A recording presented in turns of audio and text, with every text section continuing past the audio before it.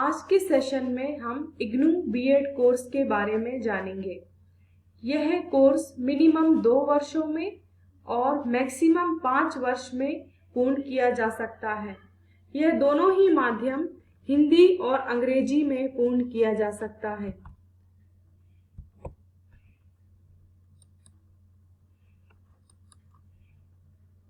प्रथम वर्ष में 7 सैद्धांतिक पेपर है। ये सैद्धांतिक कोर्सेस हैं। इनका एक्सटर्नल इवैल्यूएशन या थियरी एग्जाम होता है और ये 7 हैं, जिसमें से पहले 5 सभी के लिए कॉमन होंगे और 6वां और 7वां कोर्स ऑप्शनल है।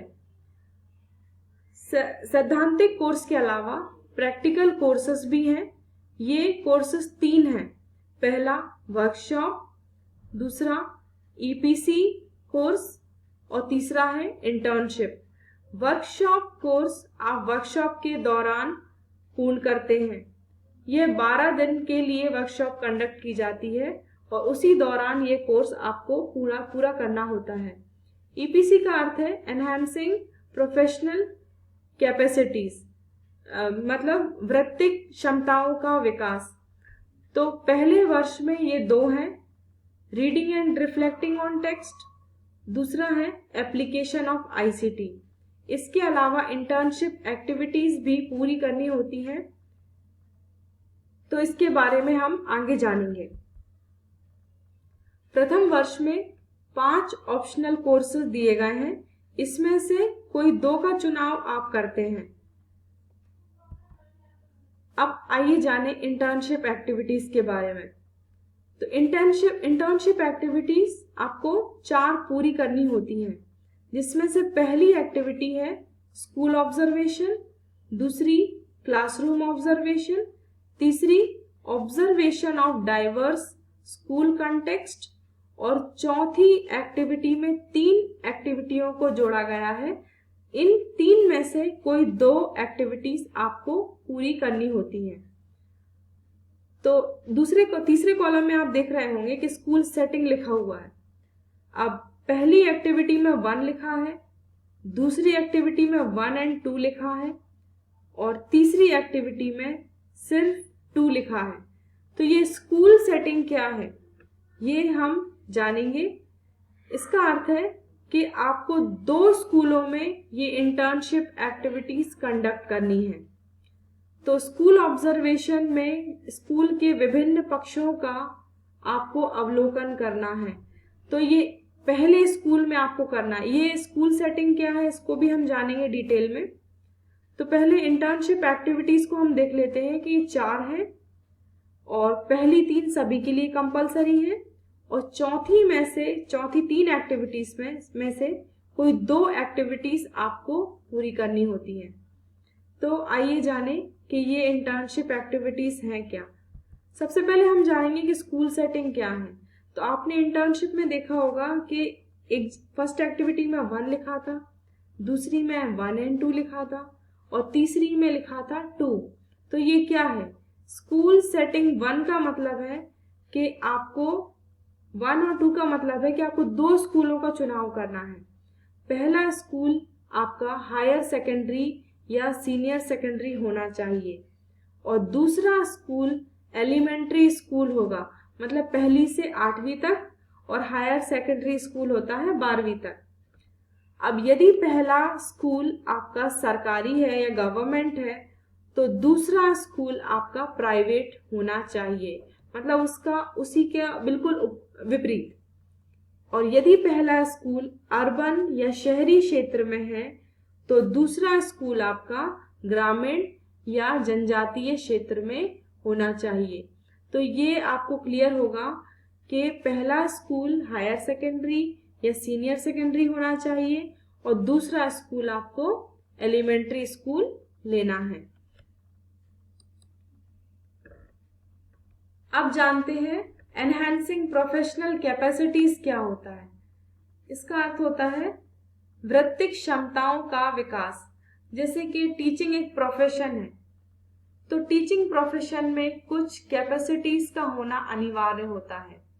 इन कैपेसिटीज के विकास करने के लिए इन ईपीसी या एनहेंसिंग प्रोफेशनल कैपेसिटी कोर्सेज को इंक्लूड किया गया है।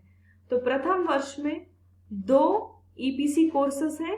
पहला है reading and reflecting on the text और दूसरा है एप्लीकेशन ऑफ आईसीटी। तो पहले कोर्स में से आपको 2 एक्टिविटीज परफॉर्म करनी है और दूसरे ईपीसी में से भी 2 एक्टिविटीज आपको परफॉर्म करनी है। तो सबसे पहले हम इंटर्नशिप एक्टिविटी 1 के बारे में विस्तार से जानते हैं कि एक्टिविटी 1 क्या है। तो एक्टिविटी 1 में जैसे कि मैंने कहा था कि आपको एक स्कूल का चुनाव करना है। तो आपने पहला स्कूल जो भी चुना है उसका नाम यहां भरना है।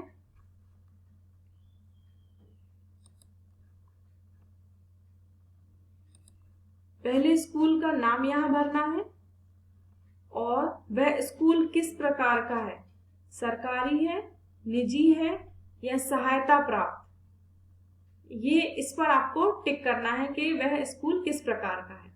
तीसरा है विद्यालय की स्थिति, मतलब वह विद्यालय कहाँ स्थित है, क्या वह शहर में स्थित है, अर्ध शहरी क्षेत्र में है, ग्रामीण क्षेत्र में है या जनजातीय क्षेत्र में है। अब उस विद्यालय में कौन सी कक्षा से कौन सी कक्षा तक कक्षाएं लगती हैं और कुल बच्चों की संख्या क्या है वह भी लिखना है और उस विद्यालय का पता भरना है यहाँ पर। उस विद्यालय को कहाँ से मान्यता प्राप्त है, बोर्ड या परिषद, उसका नाम यहाँ मेंशन करना है आपको और कक्षावार विवरण आपको यहाँ पर देना है कि 9वीं 10वीं 11वीं 12वीं में कितने विद्यार्थी हैं। अब आता है संगठन चार्ट। तो आपकी इंटर्नशिप फाइल में आप देखिएगा एक पेज ब्लैंक छोड़ा गया है, उसमें आपको संगठन चार्ट बनाना है। जैसे कि प्रिंसिपल के अधीन वाइस प्रिंसिपल, हेड मिस्ट्रेस भी कई स्कूल्स में होती हैं और कई सुपरवाइजर्स होते हैं। तो ये जस्ट एक एग्जाम्पल है, उस स्कूल में जो भी और जैसा भी ऑर्गेनाइजेशन हो उसका ऐसा संगठन चार्ट आपको उस पेज पर बनाना है। ये एक और एग्जाम्पल है कि प्रिंसिपल के अधीन वाइस प्रिंसिपल और कोऑर्डिनेटर्स को एचओडी भी बोल सकते हैं। तो हर एक विंग का अलग कोऑर्डिनेटर यहाँ दिखाया गया है और फिर क्लास रिप्रेजेंटेटिव्स और एचओडीज। तो इससे आपको क्लियर हो जाएगा कि जिस स्कूल को आप ऑब्जर्व करने जा रहे हैं उसका संगठन चार्ट कैसा है। अब ये सभी डिटेल भरने के बाद आपको एक्टिविटी परफॉर्म करनी है। यह एक्टिविटी क्वेश्चनायर के फॉर्म में है जिसमें आपको विद्यालय के 8 पक्षों को आपको ऑब्जर्व करना है या अवलोकन करना है कि विद्यालय के 8 पक्ष कौन कौन से हैं। पहला है कि विद्यालय का भौतिक वातावरण कैसा है और विद्यालय का नर्चरिंग एनवायरनमेंट कैसा है, मतलब विद्यालय में बच्चों को किस तरह से नर्चर किया जा रहा है और कौन कौन सी सुविधाएं हैं जो बच्चों को नर्चर करती हो। तीसरा है कि विद्यार्थियों का स्कूल में पार्टिसिपेशन कैसा है और विद्यालय स्कूल में बच्चों के अंदर कैसे मूल्यों का संवर्धन कर रहा है। और चौथी एक्टिविटी है लर्निंग रिसोर्स, कि सीखने के कौन कौन से संसाधन विद्यालय में है। पांचवा है क्या स्कूल में वार्षिक कैलेंडर बनाया जाता है, क्या स्कूल की कोई समय सारणी है, इससे संबंधित प्रश्नों को का उत्तर आपको देना है। और छठवा उसका एस्पेक्ट है डिसिप्लिन और students participation in school management, क्या स्कूल प्रबंधन में छात्रों की भी भागीदारी है या नहीं, स्कूल में किस तरह के अनुशासन का पालन किया जाता है, यह है छठवां पक्ष। सातवां है कि अभिभावकों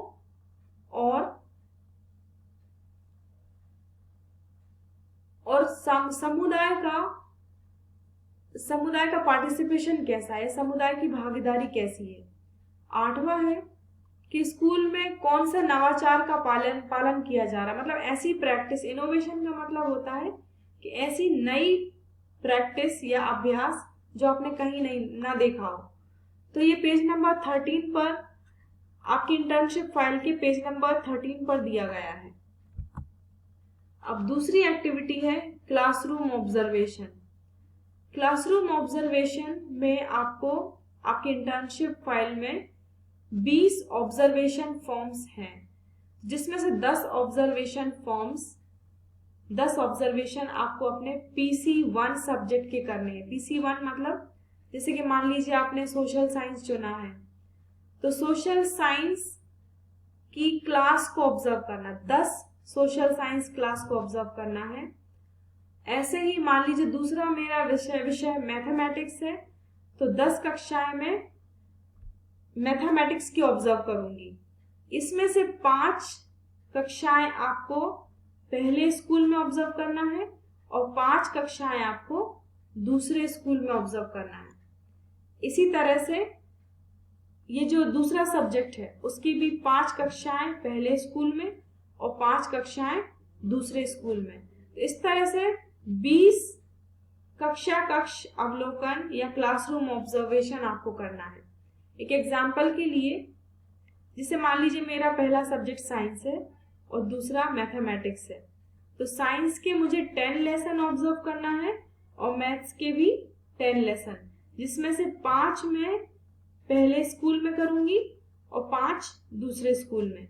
इसी तरह से मैथ्स में भी पहला 10 है, तो 10 में से 5 पहले स्कूल में और 5 दूसरे स्कूल में। अब तीसरी एक्टिविटी है, यह भी बिल्कुल ये दूसरी एक्टिविटी है। इसमें क्लास के आपको 6 एस्पेक्ट्स को ऑब्जर्व करना है। क्लासरूम ऑब्जर्वेशन फॉर्म है, उसमें 6 पॉइंट्स को कवर किया गया है। तो इन 6 पॉइंट्स से रिलेटेड क्वेश्चन आपके ऑब्जर्वेशन फॉर्म में है। तो एक एक क्वेश्चन, ये ऐसा नहीं है कि आपको वहीं पर ही वो क्वेश्चन रीड करना है, आपको घर से ही होमवर्क करके जाना है कि वो सारे क्वेश्चंस को आपको पढ़ना है, उसके बाद ही आप किसी टीचर की क्लास को ऑब्जर्व करें।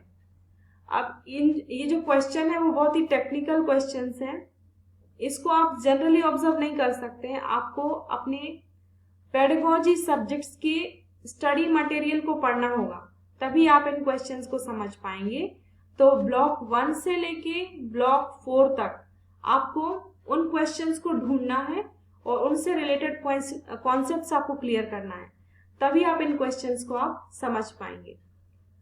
तो पहला एस्पेक्ट है टीचर्स एक्सपेक्टेशन फ्रॉम स्टूडेंट्स, मतलब शिक्षक क्लास में जाने से पहले बच्चों से क्या अपेक्षा रखता है, उससे रिलेटेड क्वेश्चंस आपके ऑब्जर्वेशन फॉर्म में होंगे, तो वो आपको पढ़ के जाना है।